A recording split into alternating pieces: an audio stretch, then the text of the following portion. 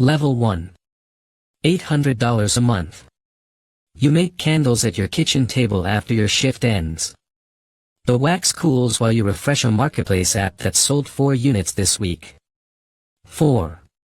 You do the math you always do: materials, shipping, the app's cut, and the number that's left over wouldn't cover a tank of gas. Your partner asks how the shop is doing, and you say growing, because surviving sounds like a confession. You've told exactly 3 people this exists. Not because you're ashamed. Because if it fails, you want it to fail quietly, somewhere nobody's watching. You work your real job from 9 to 5, then this job from 8 to midnight. 2 jobs, 1 paycheck. The candles smell like vanilla and the kitchen smells like burnt wick and your hands smell like it until Sunday. A customer messages at 11 p.m. asking where their order is. You already shipped it. You already know the label printer jammed twice. You apologize anyway, because at this level, the customer isn't wrong even when they're wrong. You can't afford to be right. You price a candle at $18 because that's what the market says a candle costs. You do the math on what it actually costs you: wax, wick, jar, your time, which you've priced at 0 because you have to. 0 is the only number that makes the business survive on paper. You are, technically, working for free, and calling it an investment. A coworker asks what you did this weekend and you say, nothing much, because I hand-poured 90 candles and lost money on shipping twice. Doesn't sound like a business, it sounds like a confession you're not ready to make out loud. You Google how to know if a small business is worth it at 1 a.m. and every article assumes you already have customers, already have margin, already have proof. You have none of that yet. You have wax under your fingernails and a spreadsheet with more red cells than black ones. The first rule: at $800 a month, you're not an owner. You're an employee who forgot to hire a boss. And the business only exists because you're willing to be unpaid for it. Level 2. $8,000 a month. Something changed, though you can't point to the exact day. A stranger on the internet found you, not the other way around. Orders come in while you're asleep now, and you wake up to a number that used to take a week. You do the math again, out of habit, and this time there's something left over, not much, but real, the kind of real that makes you sit very still and stare at your phone for a second too long. You quit the second job. Not dramatically. You just don't renew the shift schedule, and your manager doesn't ask why, and you don't tell him it's because 40 candles sold themselves overnight while he thought you were sleeping. Your parents ask what you'll do for real income now, and you don't have an answer that fits in a sentence, so you say, we'll see, and they hear unemployed, and you hear free. You buy a real label printer. It doesn't jam. The first order it prints perfectly, you photograph it like a diploma. A supplier calls you the business instead of your name, and something in your chest does something it hasn't done before. You're not big. You're not safe. But for the first time, the math works without you bleeding into it. You still work out of the kitchen, but you've started treating it like an office, a closing time, a real invoice template, a business bank account you opened at a branch that took 11 minutes and felt like a ceremony. Your partner stops asking how the shop is doing and starts asking what you need this week, which is a different question entirely, and you notice the shift before you can name why it matters. A customer leaves a review that says, clearly a real company, fast shipping, great product, and you read it 4 times, because 8 weeks ago you were the opposite of clearly anything. The second rule, $8,000 a month, is the moment a hobby starts asking to be believed in. And believing in it costs more than the candles ever did. Level 3. $40,000 a month. You hire someone. Her name is Raina and she's 23 and she asks you, on day 1, what the vacation policy is, and you realize you are now the kind of person who is supposed to have an answer to that. You make one up on the spot and write it down later so you don't contradict yourself in 6 months. Payroll hits on the 15th and the 28th, and those 2 dates now own your nervous system in a way rent never did. You've never been late paying yourself.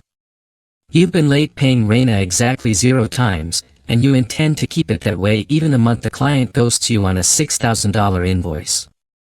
You cover it from savings you didn't know you were protecting until you needed to protect it. You stop making the candles yourself. This is supposed to feel like freedom. It feels like grief you're not allowed to name out loud, because who grieves not doing manual labor for a living?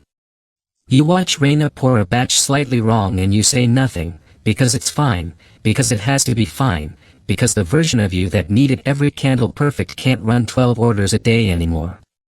You sit in on your first hiring interview for a role that isn't Reina's, and you catch yourself asking questions you don't actually know the right answers to yourself. Where do you see this role in a year? Said by someone who didn't know where the business would be in a month.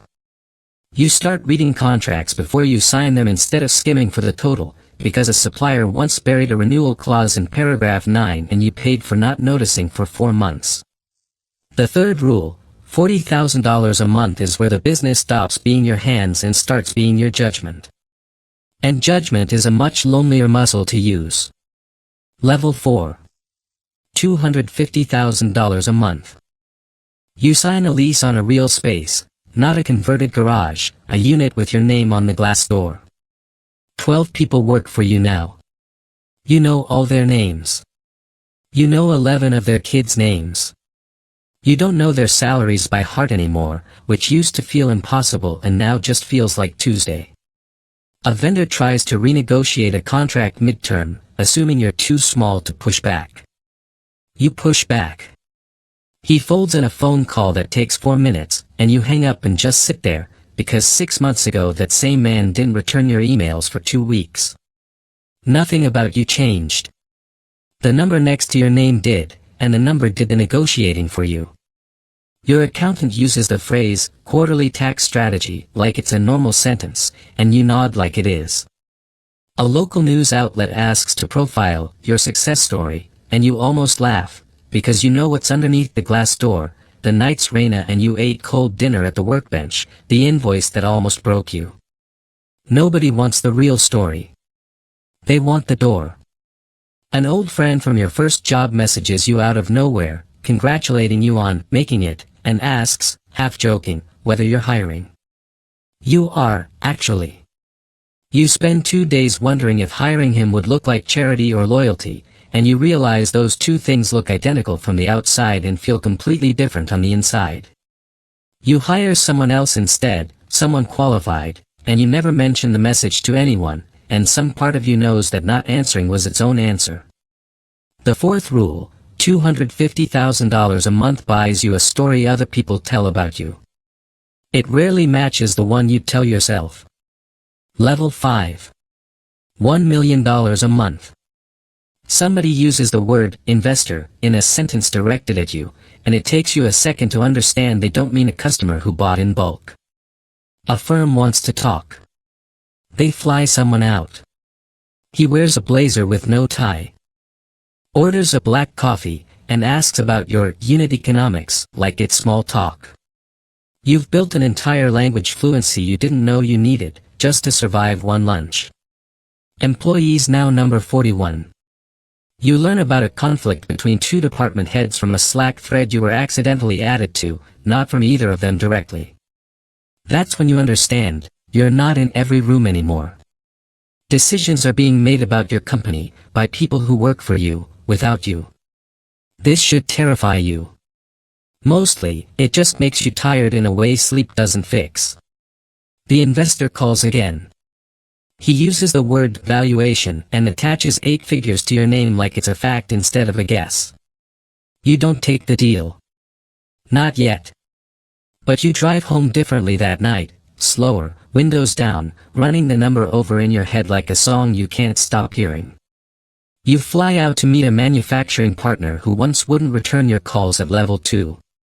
He picks you up from the airport himself now, apologizes for the traffic like it's his personal failing, and over dinner tells you he remembers your first order, 6 units, handwritten invoice, paid 2 weeks late. You don't remember being late. He does. People remember exactly where you stood before you stood here, and some of them have been quietly rooting for you the entire time, and some of them have been quietly waiting for the moment you'd need them enough to matter. The fifth rule: at $1 million a month, the business stops needing you to survive. It starts needing you to decide. And deciding is heavier than building ever was. Level 6. $50 million valuation. You have a board now.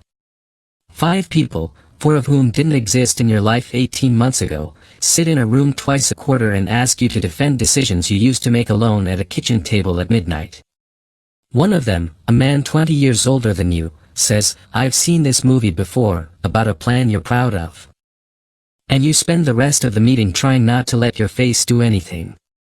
Reina is a vice president now.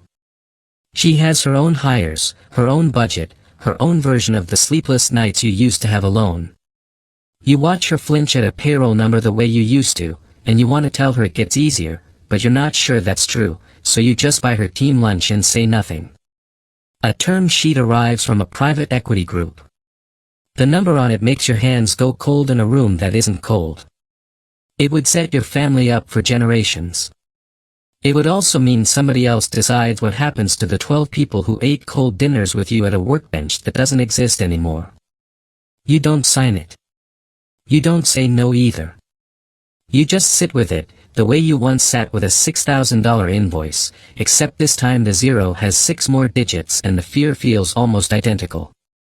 Your father, who has never once asked what the company is worth, drives up for a weekend and asks instead if you're sleeping. You tell him you're fine. He doesn't believe you, and he doesn't push, he just fixes a squeaky cabinet hinge in your kitchen without being asked, the same way he used to fix things when you were a kid and money was the thing nobody said out loud at dinner. You watch him work and think about how the hinge costs $4 and the term sheet on your desk is worth more than every house on this street combined, and neither number changes what his hands are doing right now. The sixth rule: $50 million doesn't make the fear go away. It just changes what you're afraid of losing. Level 7. $200 million offer. This time it's not a term sheet, it's a full acquisition, a public company with a name you've bought products from your whole life. Their team spends 3 weeks inside your business, reading everything, interviewing everyone, and you watch your own company get turned into a spreadsheet by people who will never taste a single candle you started this with 11 years ago. The lawyers use the phrase, change of control, so often it stops meaning anything. You realize, somewhere in week 2, that this decision isn't really yours alone anymore, not legally, not morally. 218 employees' jobs sit inside this number. Reina's. The kid who runs receiving. The accountant who once explained quarterly strategy like it was obvious.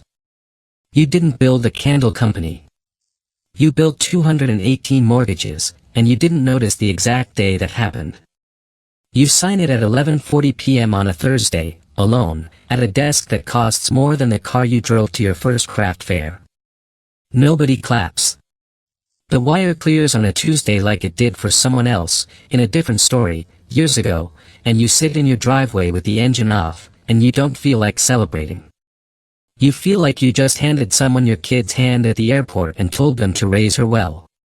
The next morning you walk the floor one last time as the person whose name is actually on the building. Reina finds out from a company-wide email at the same moment as everyone else, for the lawyer's instructions, and when she looks at you across the room, it isn't anger on her face. It's recognition. She knew this day existed somewhere out ahead of both of you, she just didn't know it would arrive on a Tuesday in a beige conference room with bad coffee. You don't get to explain it to her the way you want to. The paperwork already explained it for you. The seventh rule: the biggest number of your life arrives quietly, and it takes something with it on the way in. Level 8. Owner of 4 companies, board seats on 2 more, a name younger founders say in rooms you're not in. You don't build anymore. You allocate. Capital, attention, trust, the currencies changed a long time ago and you barely notice the exchange rate shift under you. A 26-year-old sits across from you with a deck and shaking hands, pitching a business that looks exactly like a candle company once looked, and you recognize the shake immediately, because it used to be yours. You write her a check that doesn't move your bottom line at all, and it will change the entire shape of her decade. You know this because someone once did something adjacent for you, though it looked different: a landlord who let a payment slide, a vendor who extended terms he didn't have to. Nobody ever calls that investing. It always was. You still have the first label printer. It doesn't work. It sits in a box in a storage unit you pay for and never visit, next to a photograph of a jammed label from a night that used to feel like the whole world. You almost throw it out once a year and never do. Raina runs one of the 4 companies now, the biggest one, and neither of you has ever said out loud what that first hire cost either of you, or what it gave you both. She still asks about vacation policy in every all-hands meeting, half as a joke, half as a reminder to the room that somebody once had to make one up on the spot for her, badly, out of nothing but the will to keep going. You laugh every time. It's the only inside joke you have left from the kitchen table. The 8th rule, ownership, was never about the number. It was about how much of yourself you were willing to trade for the right to decide. And somewhere back at $800 a month, you already answered that question, you just didn't have the number yet to prove it. Somewhere tonight, someone is at a kitchen table, wax cooling, refreshing an app that sold 4 units this week. She's already told 3 people it exists. She's already pricing her own time at 0 and calling it an investment. She doesn't know yet that the math will keep changing for the rest of her life, but the question underneath it never will. You are the same owner at every number. The business just decides, level by level, how loudly the world is willing to listen to you.